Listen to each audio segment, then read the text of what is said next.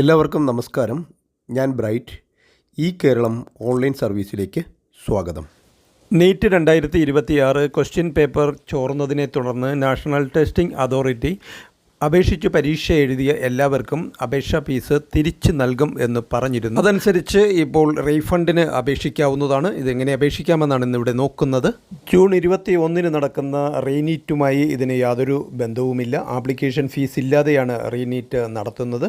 June 21 നടക്കുന്ന റീനീറ്റിനെ യാതൊരു വിധത്തിലും ഈ റീഫണ്ട് ബാധിക്കില്ല. അതായത് റീഫണ്ടിന് അപേക്ഷിച്ചാലും ജൂൺ 21 നടക്കുന്ന റീനീറ്റിന് നേരത്തെ പരീക്ഷ എഴുതിയ എല്ലാ വിദ്യാർത്ഥികൾക്കും സൗജന്യമായി വീണ്ടും എഴുതുവാൻ സാധിക്കുന്നതാണ്. സൈറ്റ് അഡ്രസ് ഡിസ്ക്രിപ്ഷനിൽ കൊടുത്തിരിക്കാം. ഇവിടെ തന്നെ പബ്ലിക് നോട്ടീസ് കൊടുത്തിട്ടുണ്ട്.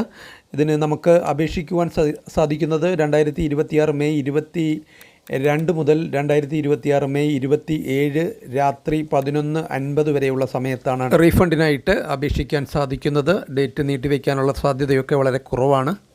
റീഫണ്ടിന് അപേക്ഷിക്കുന്നതിനായി ഹോം പേജിൽ താഴേക്ക് വന്നു കഴിഞ്ഞാൽ ഇവിടെ നമുക്ക് കാൻഡിഡേറ്റ് ആക്ടിവിറ്റിയിൽ fee refund window for NEET UG 2026 എന്ന് കൊടുത്തിട്ടുണ്ട്. അവിടെ പ്രസ് ചെയ്ത് മുന്നോട്ട് പോയി അപേക്ഷിക്കാം.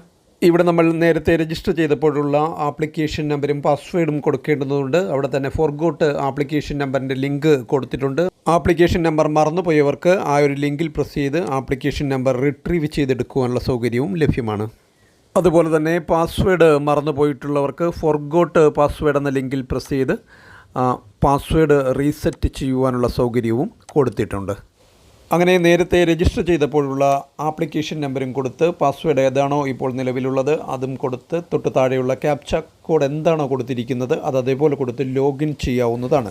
തുടർന്ന് ഹോം പേജിൽ എത്തിക്കഴിഞ്ഞാൽ നമുക്ക് അവിടെ കുറച്ച് താഴേക്ക് വന്നു കഴിഞ്ഞാൽ അവിടെ ബാങ്ക് ഡീറ്റെയിൽസ് എന്ന് കൊടുത്തിരിക്കുന്ന കാണാം. അവിടെ പ്രസ് ചെയ്ത് മുന്നോട്ട് പോവുകയാണ് ചെയ്യേണ്ടത്. തുടർന്ന് നമുക്ക് ബാങ്ക് ഡീറ്റെയിൽസ് കൊടുക്കുവാനുള്ള പേജിൽ എത്തിച്ചേരും. ഇവിടെ അക്കൗണ്ട് ഹോൾഡറുടെ പേരാണ് ആദ്യം കൊടുക്കേണ്ടത്. പേരൻസിൻ്റെ അക്കൗണ്ട് ഡീറ്റെയിൽസ് കൊടുക്കാവുന്നതാണ്. ഫാദറിൻ്റെ മദറിൻ്റെ പേര് കൊടുക്കാം. അതിനുശേഷം IFSC കോഡ്, ബാങ്കിൻ്റെ IFSC കോഡും കൊടുത്ത് അക്കൗണ്ട് നമ്പർ ശരിയായിട്ട് ടൈപ്പ് ചെയ്ത് കൊടുക്കുക. ഒരിക്കൽ മാത്രമേ സബ്മിറ്റ് കൊടുക്കാൻ അനുവദിക്കുകയുള്ളൂ. പിന്നീട് എഡിറ്റ് ചെയ്യാനുള്ള അവസരം ഉണ്ടായിരിക്കില്ല. അക്കൗണ്ട് നമ്പർ 2 പ്രാവശ്യം ടൈപ്പ് ചെയ്ത് കൊടുക്കുകയും വേണം. അതിനുശേഷം മുകളിൽ കൊടുത്ത അക്കൗണ്ട് ഹോൾഡറുടെ ക്യാൻസൽഡ് ചെക്കാണ് ചോദിച്ചിരിക്കുന്നത്. ഓപ്ഷണലാണ്, നിർബന്ധമില്ല. ഇവിടെ മുകളിൽ കൊടുത്ത അക്കൗണ്ട് ഡീറ്റെയിൽസിൽ എന്തെങ്കിലും സംശയങ്ങളുണ്ടെങ്കിൽ നിങ്ങൾ ക്യാൻസൽഡ് ചെക്കും കൂടി അപ്ലോഡ് ചെയ്ത് കൊടുക്കാം. 50 KB-ക്കും 300 KB-ക്കും ഇടയിലുള്ള JPG സൈസിലുള്ള ഫയലാണ് അപ്ലോഡ് ചെയ്ത് കൊടുക്കേണ്ടുന്നത്. ഞാനിവിടെ ക്യാൻസൽഡ് ചെക്കും കൂടി അപ്ലോഡ് ചെയ്ത് കൊടുത്തിരിക്കുകയാണ്. നിർബന്ധമില്ല, നിങ്ങൾക്ക് താല്പര്യമുണ്ടെങ്കിൽ ചെയ്താൽ മതി. അക്കൗണ്ട് നമ്പറിലൊക്കെ എന്തെങ്കിലും സംശയമുള്ളവർ ക്യാൻസൽഡ് ചെക്ക് അപ്ലോഡ് ചെയ്ത് കൊടുത്താൽ മതി. അതിനുശേഷം അവിടെയുള്ള ചെക്ക് ബോക്സിൽ ടിക്ക് മാർക്ക് വരുത്തിയതിന് ശേഷം സബ്മിറ്റ് കൊടുക്കാവുന്നതാണ്.